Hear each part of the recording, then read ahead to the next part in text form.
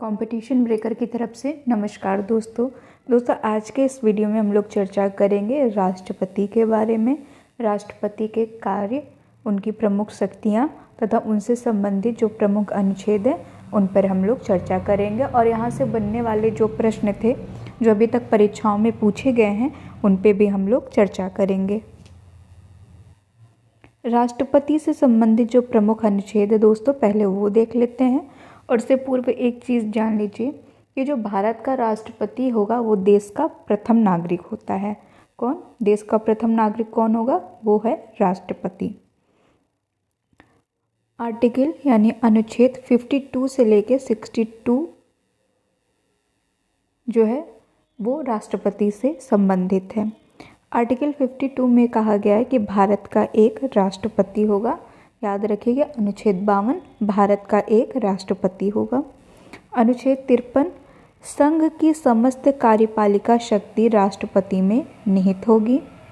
अनुच्छेद 54 राष्ट्रपति का निर्वाचन एक निर्वाचक मंडल के द्वारा। कैसे? राष्ट्रपति का निर्वाचन एक निर्वाचक मंडल के द्वारा होगा। ये बात किस में की गई है? आर्टिकल 54 में। अनुच्छेद 55 में राष्ट्रपति के निर्वाचन की रीति बताई गई है। किसमें? अनुच्छेद 55 में। अनुच्छेद 56 राष्ट्रपति की पदावधि का उल्लेख किया गया है। राष्ट्रपति की पदावधि कब तक होती है? पद ग्रहण करने की तारीख से 5 वर्ष तक। आर्टिकल 57 राष्ट्रपति के पद के लिए किसी व्यक्ति के पुनः निर्वाचन की पात्रता। आर्टिकल 57 राष्ट्रपति के पद के लिए किसी व्यक्ति के पुनः निर्वाचन की पात्रता। आर्टिकल 58 राष्ट्रपति के निर्वाचित होने के लिए अर्हताएं। आर्टिकल 59 में बताया गया है क्या? राष्ट्रपति के पद के लिए शर्तों का उल्लेख किया गया। आर्टिकल 60 में राष्ट्रपति द्वारा शपथ प्रतिज्ञान इम्पॉर्टेंट है। और आर्टिकल 61 राष्ट्रपति पर महाभियोग की प्रक्रिया। दोस्तों बहुत इम्पॉर्टेंट आर्टिकल है।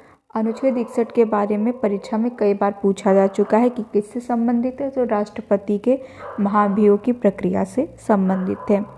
आर्टिकल 62 यानी अनुच्छेद 62 राष्ट्रपति के पद रिक्ति को भरने के लिए चुनाव कराने का समय। याद रखिएगा फिर से, राष्ट्रपति के पद रिक्ति को भरने के लिए चुनाव कराने का समय किस अनुच्छेद से संबंधित है? तो अनुच्छेद 62 से संबंधित है। राष्ट्रपति का निर्वाचन, सबसे पहले हम लोग चर्चा करेंगे राष्ट्रपति के निर्वाचन से। ये किसमें है? आर्टिकल 54। आर्टिकल 54 किससे संबंधित है? राष्ट्रपति के निर्वाचन से। और राष्ट्रपति के निर्वाचन में निर्वाचक मंडल कौन कौन होगा? तो संसद के दोनों सदनों के निर्वाचित सदस्य होंगे, राज्य और केंद्र शासित प्रदेश और दिल्ली और पुडुचेरी इसके जो है विधान, राज्य और केंद्र शासित प्रदेश दिल्ली पुडुचेरी के विधानसभा के निर्वाचित सदस्य। जम्मू कश्मीर भी प्रस्तावित है लेकिन अभी इसको आप काट दीजिए। राज्य और केंद्र शासित प्रदेश दिल्ली पुडुचेरी के विधानसभा के निर्वाचित सदस्य राष्ट्रपति के निर्वाचक मंडल में सम्मिलित होंगे। संसद के दोनों सदनों के निर्वाचित सदस्य, राज्य और केंद्र शासित प्रदेश दिल्ली पुडुचेरी के विधानसभा के निर्वाचित सदस्य। दिल्ली और पुडुचेरी जो था दोस्तों, याद रखिएगा, इसे 70वें संविधान संशोधन 1992 के द्वारा जो है दिल्ली और पुडुचेरी की विधानसभाओं के निर्वाचित सदस्यों को निर्वाचक मंडल में शामिल किया गया है। तब 70वें संविधान संशोधन 1992 के द्वारा। निर्वाचन की विधि जो है, निर्वाचन की विधि या रीत जो है ये आपका आर्टिकल 55 में है। याद रखिएगा किसमें? अनुच्छेद 55 में। और निर्वाचन की विधि क्या, रीत क्या है? तो एकल राष्ट्रपति का चुनाव जो है अनुपातिक प्रतिनिधित्व के अनुसार एकल संक्रमणीय मत और गुप्त मतदान के द्वारा होता है। किससे? एकल संक्रमणीय मत और गुप्त मतदान के द्वारा जो है राष्ट्रपति का निर्वाचन किया जाता है। और एक चीज़ याद रखिएगा दोस्तों कि राष्ट्रपति चुनाव से संबंधित अगर कोई विवाद हो जाता है तो उन विवादों का निपटारा कौन करेगा? सुप्रीम कोर्ट करेगा। और सुप्रीम कोर्ट के द्वारा जो भी फैसला दिया जाएगा वही अंतिम फैसला माना जाएगा। राष्ट्रपति के पद हेतु अर्हताएं। आर्टिकल अनुच्छेद 58 में 58 किससे संबंधित है? राष्ट्रपति के पद हेतु अर्हताएं। तो राष्ट्रपति के पद हेतु मुख्य अर्हताएं कौन कौन सी है? पहला तो है कि वो कहीं पे भी लाभ के पद पे ना हो। पहला तो ये देखिए कि राज्य, केंद्र या स्थानीय सरकार में कहीं पे भी वो लाभ के पद पे ना हो, भारत का नागरिक हो, 35 वर्ष की आयु पूर्ण कर चुका हो और लोकसभा का सदस्य निर्वाचित होने की योग्यता रखता हो। क्या क्या अर्हताएं हैं? पहला, भारत का नागरिक हो, 35 वर्ष की आयु पूर्ण कर चुका हो, लोकसभा का सदस्य निर्वाचित होने की योग्यता हो उसमें, और राज्य, केंद्र या स्थानीय सरकार में कहीं पे भी लाभ के पद पे नहीं हो।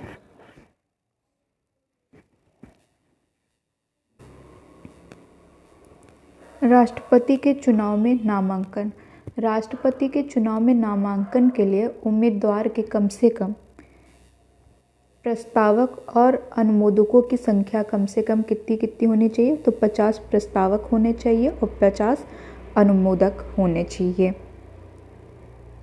जमानत राशि के रूप में 15,000 रुपये जमा करना होता है।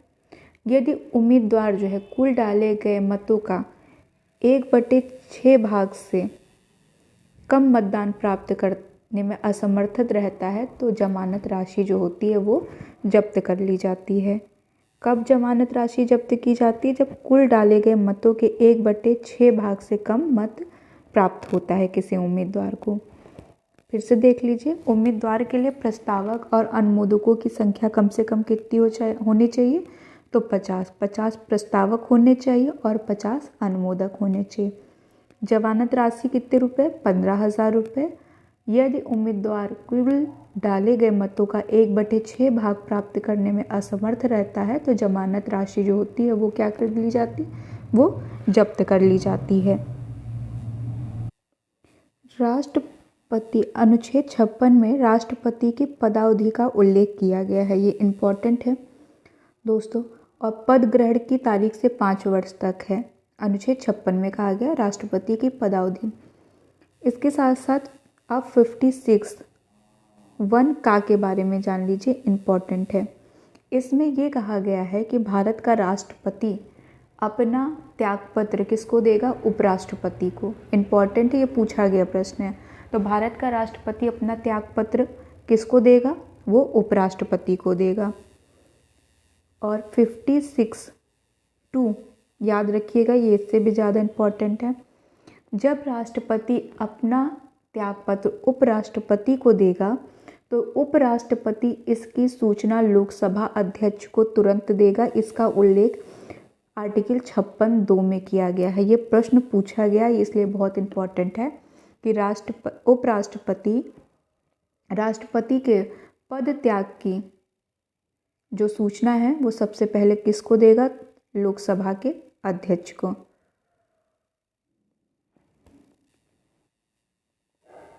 राष्ट्रपति के पद की रिक्तता किन किन कारणों से हो सकती है वो जान लेते हैं। यदि राष्ट्रपति त्यागपत्र देता है तब उसका पद खाली रहेगा, या महाभियोग प्रक्रिया द्वारा उससे हटाने पे, यानी कि महाभियोग की प्रक्रिया के द्वारा राष्ट्रपति को हटाया जाएगा तब राष्ट्रपति का पद रिक्त हो सकता है, या उच्चतम न्यायालय द्वारा निर्वाचन अवैध घोषित होने पे पद रिक्त हो सकता है, या राष्ट्रपति की मृत्यु, अगर कोई राष्ट्रपति वर्तमान समय में उसकी मृत्यु हो जाती है तब उसका पद खाली हो सकता है। आर्टिकल याद रखिएगा दोस्तों, आर्टिकल 57 जो है उसमें राष्ट्रपति के पद के लिए किसी व्यक्ति के पुनः निर्वाचन की पात्रता निर्धारित करता है। कौन? आर्टिकल 57। 42वां संविधान संशोधन अधिनियम जो 1976 में आया था उसके अनुसार राष्ट्रपति के निर्वाचन में जनसंख्या से तात्पर्य वर्ष 1971 की जनगणना निर्धारित की गई थी। 1971 की जनगणना के द्वारा जो जनसंख्या थी उसे निर्धारित की गई थी। लेकिन 84वें जो 84वां आपका संविधान संशोधन अधिनियम 2001 द्वारा जो है इसे 2026 तक के लिए निर्धारित कर दिया गया था। यानी अभी भी 1971 की जो जनगणना है उसी जनगणना के आधार पर राष्ट्रपति पद का चुनाव करवाया जाता है। और इसे कब संशोधित किया गया था? तो इसे 84वें संविधान संशोधन अधिनियम 2001 के द्वारा इस जनगणना के आधार को वर्ष 2026 तक के लिए निर्धारित कर दिया गया है। अनुच्छेद 60 में राष्ट्रपति द्वारा शपथ प्रतिज्ञान की चर्चा की गई है। तो अनुच्छेद 60 के तहत भारत के राष्ट्रपति को शपथ भारत का मुख्य न्यायाधीश दिलवाता है। याद रखिएगा कि राष्ट्रपति को पद शपथ जो होता है वो कौन दिलवाता है? तो भारत का मुख्य न्यायाधीश जो है वो भारत के राष्ट्रपति को शपथ दिलवाता है। याद रखिएगा, ये प्रश्न पूछा गया है। आगे हम लोग चर्चा करेंगे राष्ट्रपति पर महाभियोग की प्रक्रिया क्या क्या होती है, जो कि आर्टिकल 61 में बताई गई है। राष्ट्रपति पर महाभियोग, इसकी चर्चा अनुच्छेद 61 में की गई है। अनुच्छेद 61 में राष्ट्रपति पर महाभियोग की प्रक्रिया का उल्लेख किया गया है। महाभियोग किन किन कारणों से लगाया जा सकता है? कारण राष्ट्रपति द्वारा संविधान का उल्लंघन करने पे जो है राष्ट्रपति पर महाभियोग लगाया जा सकता है। नोटिस, तो प्रस्ताव लाने के कम से कम 14 दिन पूर्व ये नोटिस जारी करनी पड़ेगी कि राष्ट्रपति पर महाभियोग लगाया जा रहा है। और इसका उल्लेख जो है अनुच्छेद 61(2) में किया गया है। अनुच्छेद 61(2) में कहा गया है महाभियोग का आरोप तब तक नहीं लगाया जाएगा जब तक कि ऐसा आरोप लगाने की प्रस्तावना किसी ऐसे संकल्प में अंतर्वृष्ट नहीं होती जो कम से कम 14 दिन की ऐसी लिखित सूचना को दिए जाने का प्रस्ताव प्रस्तावित ना किया गया हो। यानी जो प्रस्ताव है कम से कम 14 दिन पूर्व प्रस्तावित होना चाहिए। नोटिस पे हस्ताक्षर संबंधित सदन के कम से कम 1/4 सदस्यों द्वारा। जो 14 दिन की अग्रिम सूचना के साथ ही संकल्प पर सदन की कुल सदस्य संख्या के कम से कम 1/4 सदस्यों के हस्ताक्षर होने चाहिए। प्रस्तुत कहाँ होता है? तो संसद के किसी भी सदन में राष्ट्रपति पे महाभियोग का प्रस्ताव जो है सदन में प्रस्तुत किया जा सकता है। पारित कहाँ होगा? तो संसद के दोनों सदनों द्वारा अलग अलग कुल सदस्य संख्या के कम से कम 2/3 बहुमत के द्वारा ये पारित होगा। याद रखिएगा, संसद के दोनों सदनों द्वारा अलग अलग कुल सदस्य संख्या के कम से कम 2/3 बहुमत के द्वारा ही राष्ट्रपति पे महाभियोग का जो प्रस्ताव है वो पारित हो सकता है। राष्ट्रपति पर महाभियोग बहुत इम्पोर्टेंट है दोस्तों, क्योंकि कई बार पूछा गया है। पहला तो किस अनुच्छेद में संबंधित है राष्ट्रपति पे महाभियोग? तो अनुच्छेद 61। और कम से कम कितने दिन पूर्व सूचना देनी होगी? तो 14 दिन पूर्व सूचना इसकी होगी। ये भी परीक्षा में पूछा गया प्रश्न है। और कहाँ पे ये प्रस्ताव पारित होगा ये भी कई बार पूछा गया। तो संसद के किसी भी सदन में राष्ट्रपति पर महाभियोग का प्रस्ताव पारित किया जा सकता है, यानी प्रस्तुत किया जा सकता है। राष्ट्रपति से संबंधित कुछ और भी अनुच्छेद है दोस्तों, ये जान लीजिए।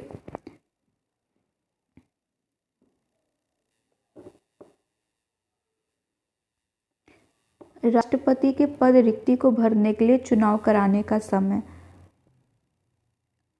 किसी भी अगर राष्ट्रपति पद रिक्त है, जैसे कि अगर राष्ट्रपति की मृत्यु हो जाती है या राष्ट्रपति पद त्याग देता है, किसी भी कारण से अगर जो है राष्ट्रपति का पद खाली है, तो रिक्ति को भरने के लिए निर्वाचन रीति होने की तारीख से यथाशीघ्र, यानी कि अगर राष्ट्रपति का पद खाली है तो उसे 6 माह के अंदर भरना आवश्यक है। जिस दिन से राष्ट्रपति का पद खाली होता है उस दिन से लेकर 6 महीने के बीच में, 6 महीने का समय अधिकतम है, इस महीनों में जो है राष्ट्रपति का पद जो है भर जाना चाहिए। यदि मृत्यु, त्यागपत्र अथवा हटाए जाने की स्थिति में राष्ट्रपति का पद रिक्त है तो पद का कार्यभार, जब तक राष्ट्रपति का पद रिक्त है तो उसका कार्यभार कौन संभालेगा? उपराष्ट्रपति संभालेगा। और मानिए अगर उपराष्ट्रपति भी उस समय उपलब्ध नहीं है तो उच्चतम न्यायालय का मुख्य न्यायाधीश जो है राष्ट्रपति के कार्यों को देखेगा। और अगर मुख्य न्यायाधीश भी उस समय उपलब्ध नहीं है तो उसके ना रहने पे, यानी मुख्य न्यायाधीश के ना रहने पे वरिष्ठतम न्यायाधीश राष्ट्रपति के कार्यों को संपादित करेगा। बहुत इंपॉर्टेंट है दोस्तों, याद रखिएगा कि अगर राष्ट्रपति नहीं है तो राष्ट्रपति के पद पे कौन कार्य करेगा? उसका कार्यभार कौन संभालेगा? उपराष्ट्रपति। यदि उपराष्ट्रपति नहीं है तो उच्चतम न्यायालय का जो मुख्य न्यायाधीश होगा उसका राष्ट्रपति का कार्यभार तब तक वो देखेगा। अगर मुख्य न्यायाधीश भी किसी कारणवश नहीं है उस समय तो वरिष्ठतम न्यायाधीश, जो उच्चतम न्यायालय का वरिष्ठतम न्यायाधीश होगा, तो राष्ट्रपति के कार्यों को वो संपादित करेगा। राष्ट्रपति की शक्तियाँ। सबसे पहले हम लोग चर्चा करेंगे कार्यकारी शक्ति के बारे में। संघ की कार्यपालिका शक्ति राष्ट्रपति में निहित होती है। मैंने आपको आगे बताया था किस अनुच्छेद से संबंधित है, तो अनुच्छेद 53 से।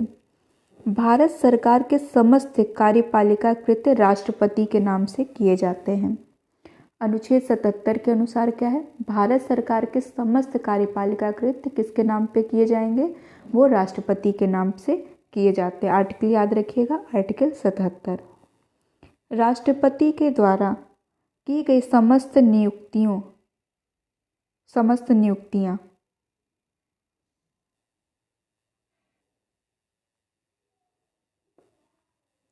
अनुसूचित क्षेत्र घोषित करना एवं उनका प्रशासन, ये सब क्या है? राष्ट्रपति की कार्यकारी शक्तियां।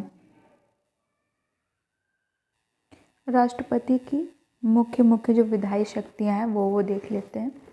राष्ट्रपति संसद का क्या होता है? अभिन्न अंग होता है। और इसे कौन कौन सी विधायी शक्तियां प्राप्त है? पहला तो है संसद का सत्र आहूत, सत्रावसान या विघटन करने का अधिकार जो है, ये विधायी अधिकार है किसके पास है? राष्ट्रपति के पास। संसद में राष्ट्रपति का विशेष अभिभाषण। संसद के दोनों सदनों की संयुक्त बैठक कौन आहूत करता है? तो राष्ट्रपति करता है। इंपॉर्टेंट है, याद रखिएगा। आर्टिकल 108 में बताया गया है कि संसद के दोनों सदनों की संयुक्त बैठक कौन आहूत करेगा? तो राष्ट्रपति करेगा। विधेयकों पर अनुमति राष्ट्रपति द्वारा दिया जाता है। आर्टिकल 111 से संबंधित है। अध्यादेश जारी करने की शक्ति आर्टिकल 123। कौन करता है अध्यादेश जारी? राष्ट्रपति। बहुत इंपॉर्टेंट है, कई बार पूछा गया है। राष्ट्रपति द्वारा अध्यादेश जारी करने की शक्ति का उल्लेख किस अनुच्छेद में है? तो अनुच्छेद 123 में। संसद में विधेयकों पर अनुमति अनुच्छेद 111 में उल्लिखित है। दोस्तों, जब संसद में कोई विधेयक पास किया जाता है, जब तक उस पर राष्ट्रपति का अनुमोदन नहीं होता है तब तक वो विधेयक कानून नहीं बनता है। संसद द्वारा पारित विधेयक राष्ट्रपति के अनुमोदन के बाद ही कानून बनता है। अध्यादेश जारी करने की शक्ति आर्टिकल 123 में। संसद के स्थगन के समय अनुच्छेद 123 के तहत अध्यादेश जारी कर सकता है, जिसका प्रभाव क्या? संसद के अधिनियम के समान होता है। इसका प्रभाव संसद सत्र के शुरू होने के 6 सप्ताह तक रहता है, परंतु राष्ट्रपति यदि राज्य सूची के विषयों पर अध्यादेश नहीं जारी कर सकता जब दोनों सदन सत्र में होते हैं।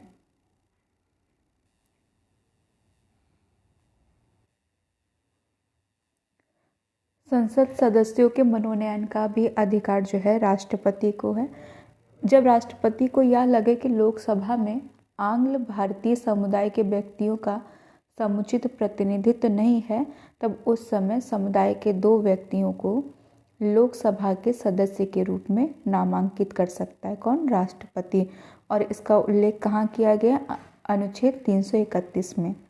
और इसी प्रकार राष्ट्रपति कला, साहित्य, पत्रकारिता, विज्ञान तथा सामाजिक कार्यों में पर्याप्त अनुभव एवं दक्षता रखने वाले 12 व्यक्तियों को राज्यसभा में नामजद कर सकता है। ये प्रश्न भी पूछा गया है कि कितने व्यक्तियों को राज्यसभा में राष्ट्रपति द्वारा नामजद किया जा सकता है, तो कितने? 12 व्यक्तियों को। राष्ट्रपति की न्यायिक शक्तियां देख लेते हैं। उच्चतम न्यायालय एवं उच्च न्यायालयों के न्यायाधीशों की नियुक्ति कौन करता है? राष्ट्रपति द्वारा किया जाता है। राष्ट्रपति जो है भारत के प्रधानमंत्री, भारत के नियंत्रक एवं महालेखा परीक्षक, राज्यों के राज्यपाल, मुख्य चुनाव आयुक्त एवं अन्य चुनाव आयुक्त, भारत के महान्यायवादी, संघीय लोक सेवा आयोग के अध्यक्ष और अन्य सदस्यों, इन सभी की नियुक्ति कौन करता है? राष्ट्रपति करता है।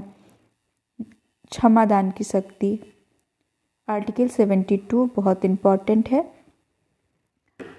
संविधान का जो अनुच्छेद 72 के अंतर्गत जो है राष्ट्रपति किसी भी अपराध के लिए दोषी ठहराए गए किसी व्यक्ति के दंड को क्षमा करने, उसका प्रविलंबन करने, परिहार और लघुकरण की शक्ति जो है किसके पास है? राष्ट्रपति के पास है। क्षमा में दंड और बंदीकरण दोनों हटाया जा सकता है और जो दोषी है, जो अपराधी है, उसे पूर्ण मुक्त भी किया जा सकता है।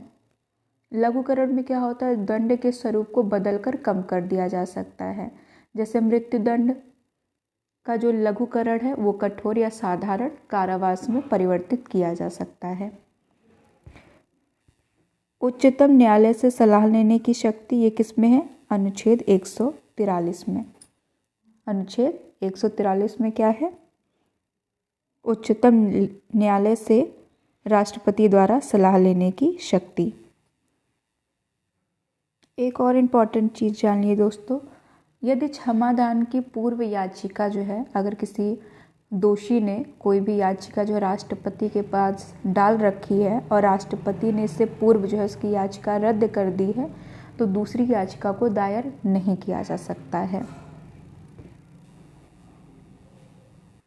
राष्ट्रपति की आकस्मिक या आपातकालीन शक्तियाँ कौन कौन सी है? आपातकाल से संबंधित उपबंध भारतीय संविधान के भाग 18 के अनुच्छेद 352 से लेकर 360 के अंतर्गत मिलता है। और मंत्रिपरिषद के परामर्श से राष्ट्रपति 3 प्रकार के आपात लागू कर सकता है। और ये 3 आपात कौन कौन से हैं? राष्ट्रीय आपातकाल की घोषणा, युद्ध या बाह्य आक्रमण या सशस्त्र विद्रोह के कारण लगाया गया आपात किससे संबंधित है? आर्टिकल 352। राज्य में राष्ट्रपति शासन 356। वित्तीय आपातकाल की घोषणा अनुच्छेद 360। वित्तीय आपातकाल का जो समय होता है, ये न्यूनतम अवधि इसकी 2 माह होती है। लेकिन याद रखिएगा कि भारत में आज तक कभी भी आर्टिकल 360 लागू नहीं हुआ, यानी कि आज तक भारत में कभी वित्तीय आपातकाल की घोषणा नहीं की गई है। राष्ट्रपति की वित्तीय शक्तियाँ। धन विधेयक राष्ट्रपति की पूर्व अनुमति से ही संसद में प्रस्तुत होता है। किसमें? अनुच्छेद 110 में इसका उल्लेख किया गया है। वित्तीय विवरण पेश करवाना, अनुच्छेद 112।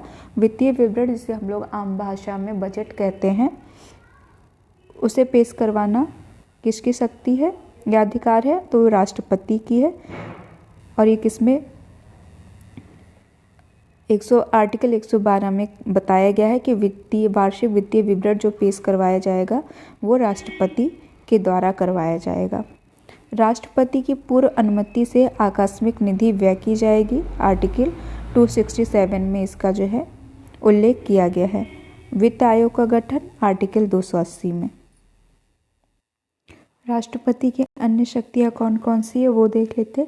अंतर्राष्ट्रीय संधियों और समझौते राष्ट्रपति के नाम से संपन्न होते हैं। भारतीय सेना का सर्वोच्च सेनापति होता है। अंतर्राष्ट्रीय मंच और मामलों में भारत का प्रतिनिधित्व करता है।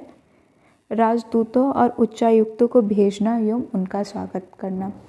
दूसरे देशों के साथ कोई भी समझौता या संधि जो होती है वो राष्ट्रपति के नाम से की जाती है।